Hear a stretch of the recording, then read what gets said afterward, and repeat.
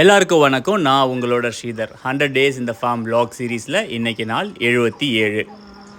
காலையில் கெஸ்ட் ஹவுஸில் வேலை பார்த்துட்டு இருக்கும்போது ரெனாட்டா வந்து ஒரு சர்ப்ரைஸ் இருக்குது வா வான்னு சொல்லி கூப்பிட்டா. என்ன சர்ப்ரைஸ் அப்படின்னு கேட்டேன். கினி கோழி எங்கே முட்டை போடுறதுன்னு கண்டுபிடிச்சாச்சு. இன்றைக்கி ஃபுல்லாக கினி கோழி ஆம்லெட் தான் வா கண்டுபிடிச்சி எடுத்து சாப்பிட்லாம் அப்படின்னா. எங்கே போடுது அப்படின்னு மேலே முன்னாடி வான்கோழி எங்கே முட்டை போட்டுச்சோ அதே இடத்துல தான் கினி கோழி போயிட்டு வருது.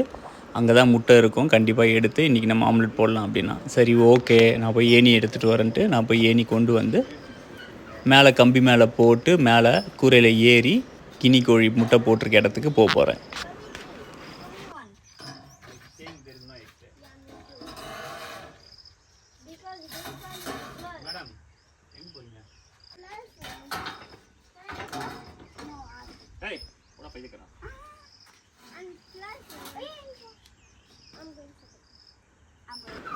எங்களோட ஷெட்டுக்கு மேலே வெயில் தெரியக்கூடாதுன்னு வயல் போட்டு வச்சுருந்தோம். அந்த வயல் எல்லாமே இப்போ ரொம்ப மகிடுச்சு. மேலே வச்சுருந்த கட்டை எல்லாமே கொஞ்சம் கொஞ்சம் உடஞ்சி வயலெல்லாம் கீழே பறந்து விழ ஆரம்பிச்சு. அதனால் பொறுமையாக நடந்து போயிட்டுருந்தேன். போயிட்டு கினி கோழி எங்கேயாச்சும் முட்டை போட்டிருக்கா அப்படின்னு சொல்லி தேடி தேடி பார்த்தேன். ஒரு இடத்துல மட்டும் ஒரு கூண்டு இருக்கிற மாதிரி செட்டப் இருந்துச்சு. அங்கே தான் கினி கோழி போய் உக்காந்துட்ருக்குன்னு நினைக்கிறேன். ஆனால் இது வரைக்கும் எதுவும் முட்டை இல்லை. Double check. Please sit down.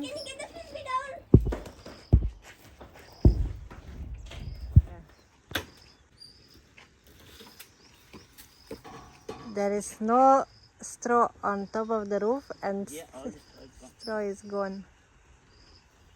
This is very good moisture. Papa, can I please come up?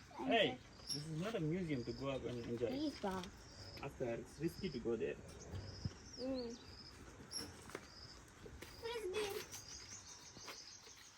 அதுக்கப்புறம் நம்ம வேலை பார்க்குறதுக்காக கெஸ்ட் ஹவுஸ் பக்கத்தில் போயாச்சு. ஒரு மாதம் ஆச்சு கெஸ்ட் ஹவுஸ் பாண்டில் கையை வச்சு. அதுக்கான கூழாங்கல் ரெடி ஆகலை, அதனால் அதோடய வேலை கொஞ்சம் நின்று இருந்துச்சு. அதுக்குள்ளே கெஸ்ட் ஹவுஸோட கிச்சன் வேலை ஆரம்பித்ததுனால அந்த வேலை போயிட்டு இருந்தது. இப்போ கிச்சன் வேலை ஓரளவுக்கு முடிஞ்சதுனால மறுபடியும் நம்ம பாண்டுக்கு அந்த சூறை கட்டுறதுக்கு வந்தாச்சு. எப்போவுமே கருங்கல்லை வந்து உடைக்கிறதுக்கு சுற்றி வச்சு தான் உடைக்கணும், ரொம்ப கஷ்டமாக இருக்கும். இந்த முறை இந்த மிஷினை வச்சு எந்த இடத்துலலாம் கொஞ்சம் அதிகமாக இருக்கும் அந்த இடத்துலலாம் கட் பண்ணிவிட்டு அதுக்கப்புறம் ஒரு சின்னதாக சுற்றியை வச்சு டப்பு டப்புன்னு தட்டணுன்னா கொஞ்சம் ஈஸியாக இருக்குது.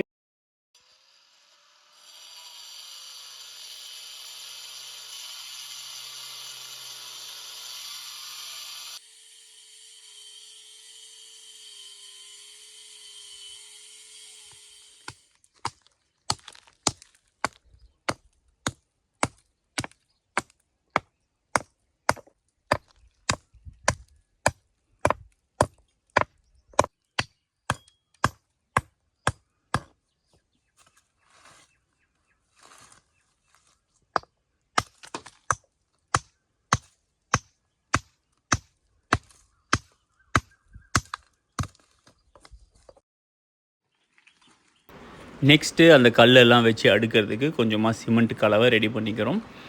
மீதமாக இருக்கிற மண்ணில் மீதமாக இருக்கிற சிமெண்ட்டை கொட்டி நம்ம கொஞ்சமான அளவு தான் இன்றைக்கி சிமெண்ட் கலக்க போகிறோம். ஏன்னா கல் ரொம்ப கம்மியாக தான் கட் பண்ணி வச்சுருக்குறோம். ஒவ்வொரு முறையும் இந்த மாதிரி சுவர் கட்டும்போது கல்லை உடச்சி ரெடி பண்ணி வச்சுட்டு அதுக்கப்புறம் தான் நம்ம சுவர் கட்ட ஆரம்பிக்கிறோம். அதனால் வந்து ரொம்ப டிலே ஆகுது. ஒரு நாளைக்கு ஒரு 20 அடி 30 அடி அந்த அளவுக்கு வச்சாலே அந்த நாள் முடிஞ்சிருது.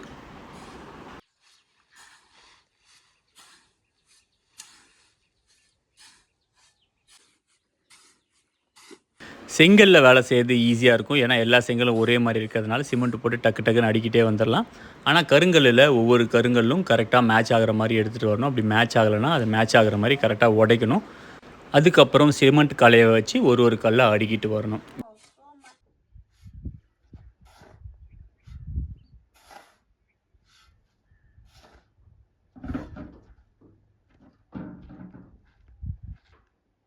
Oh, it's already out.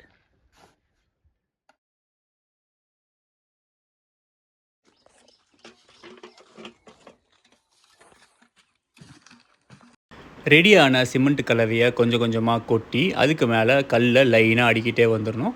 கல் அடுக்கும்போது கரெக்டாக அதோட ஹைட்டும் ஒரே லெவலில் வருதான்றதை செக் பண்ணிக்கணும். அப்படி வரலன்னா அதை மிஷினை வச்சு கட் பண்ணியோ இல்லை சுற்றி வச்சு தட்டியோ கரெக்ட் பண்ணி ஒவ்வொரு லெவலும் முடிஞ்ச அளவுக்கு ஒரே லைனில் இருக்கிற மாதிரி பார்த்துக்கணும்.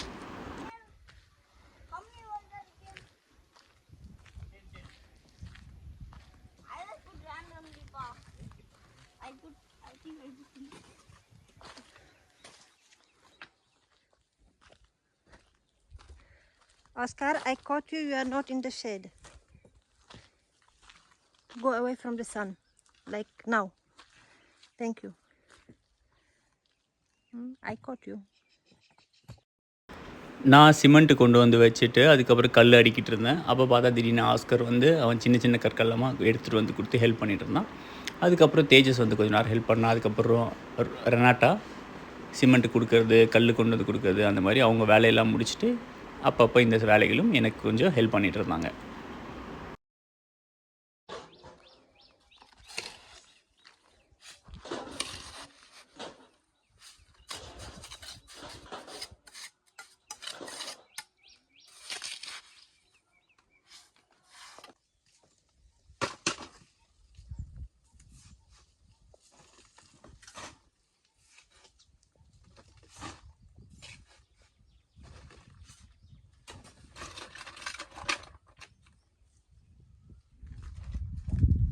கிச்சனுக்கு தரை போடும்போது ஜேசிபி வச்சு அந்த மண் அள்ளி போட்டிருந்தோம். அந்த மணலுக்குள்ளே நிறைய கற்களும் இருந்துச்சு.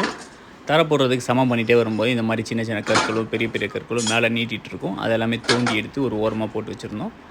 இது எல்லாமே க்ளீன் பண்ணி ஆகணும். அதனாலேயே ஃபஸ்ட்டு இன்றைக்கி பாண்ட் ஒர்க்கை ஸ்டார்ட் பண்ணது. ஏன்னா பாண்ட் ஒர்க்கை ஸ்டார்ட் பண்ணும்போது சைடில் நிறைய கேப் வரும். அந்த கேப்புக்கெல்லாம் இந்த மாதிரி சின்ன சின்ன கற்களை நம்ம யூஸ் பண்ணிக்க முடியும். ஸோ இன்றைக்கி அந்த வேலையை ஆரம்பித்ததுனால இங்கே இருக்க கற்கள் எல்லாமே காலி ஆகிடும். இங்கே இருக்க கல் காலியானால் தான் அடுத்து கெஸ்ட் ஹவுஸில் நம்ம தர போட முடியும். இந்த கருங்கற்களை வச்சு வேலை செய்யும்போது ஒரு பசிலை சால்வ் பண்ணுற மாதிரி இருக்கும்.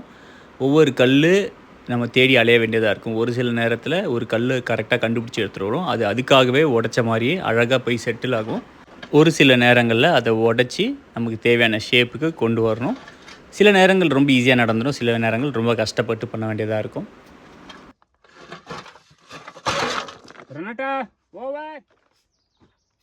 ரெனாட்டாவை வம்பு இழுக்கிறதுக்காக பாண்டை இங்கே வைக்கக்கூடாது, இங்கே வைக்கணும், மாற்றி வை அப்படி சொன்னேன். போடான்னு சொல்லிட்டு போயிட்டா.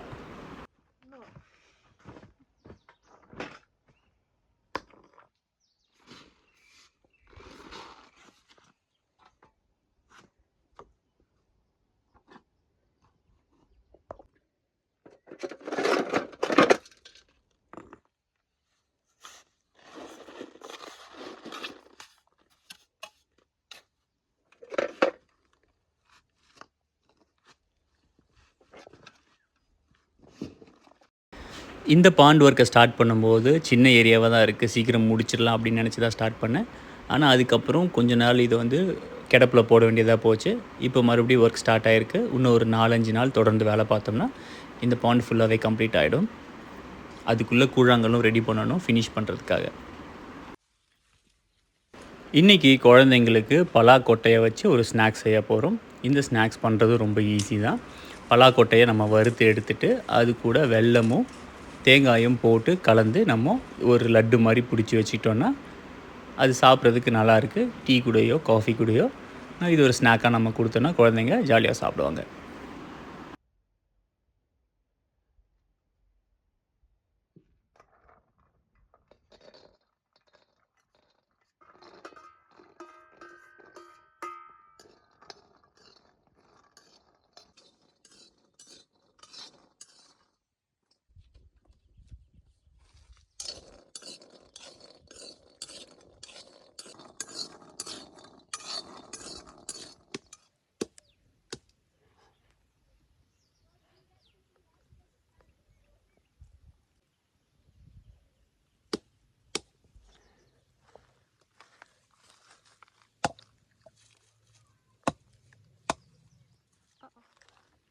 Let's see what we got. Uh-oh.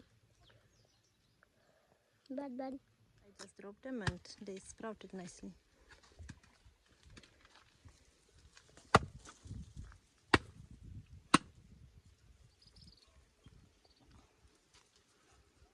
You got perks of bringing coconut. Oh, not good, huh? Oi.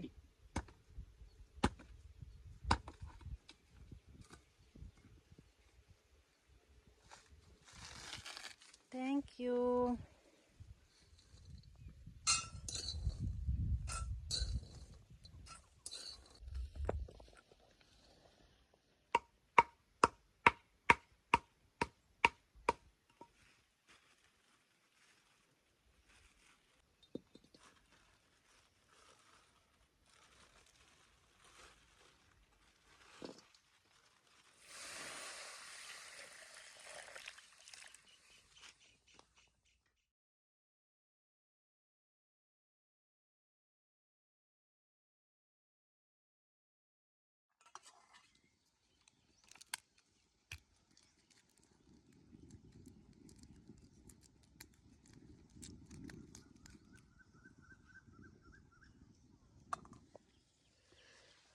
to grind it now. இந்த மிக்சியோட ஜார் மூடியில் ஒரு ஓட்டை இருக்கும். அதை பார்த்துட்டு ஒரு சப்ஸ்கிரைபர் நல்ல ஜாராக வாங்கி கொடுங்க, நல்ல மிக்சியாக வாங்கி கொடுங்க, ஜாரை மாற்றுங்க அப்படின்னு சொல்லி கமெண்ட் போட்டிருந்தாங்க. இந்த ஜாரோட மூடியில் கஷ்டப்பட்டு நாங்கள் அந்த ஓட்டையை கத்தி வச்சு கட் பண்ணியிருக்கோம். எதுக்காகனா இதில் தான் நாங்கள் வந்து ஹேர் ஆயில் பண்ணுறதுக்கான மூலிகையும் அரைப்போம். அந்த மாதிரி மூலிகை அரைக்கும் போது ஒவ்வொரு வாட்டியும் ஜாரை திறந்துட்டு மூலிகை உள்ளே போகிறது கஷ்டமாக இருக்கும். அதனால் இந்த ஜாரோட மூடியில் அப்படியே மேலேருந்து லைட்டாக கொஞ்சம் கொஞ்சமாக மூலிகை உள்ளே போட்டோன்னா அப்படியே அரைஞ்சிட்டே இருக்கும். மூலிகை அப்படியே நம்ம உள்ளே போட்டுகிட்டே இருக்கலாம் கண்டினியூஸாக. ஸோ அந்த ஒரு ரீசனுக்காக தான் இந்த ஜார் இப்படி இருக்குது, வேறு ஒன்றும் கிடையாது.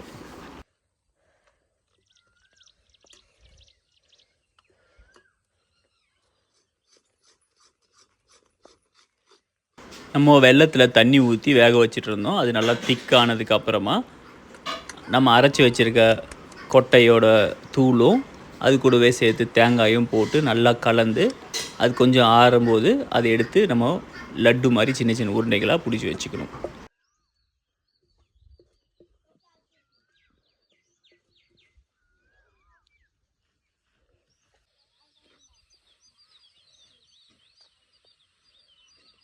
இதில் நம்ம ஃப்ரெஷ்ஷான தேங்காய் போட்டிருக்கிறதுனால ரொம்ப நாளைக்கு நல்லா இருக்காது, சீக்கிரம் கெட்டு போயிடும்.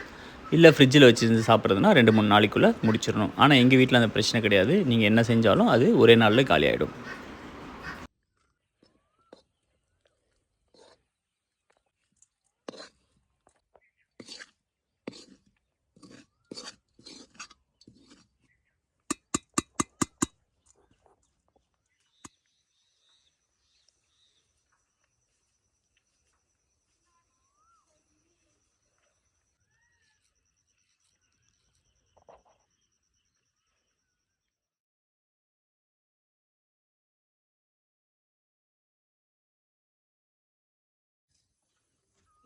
Last one. You have clean hands? Yeah. Go wash hands. Wash hands.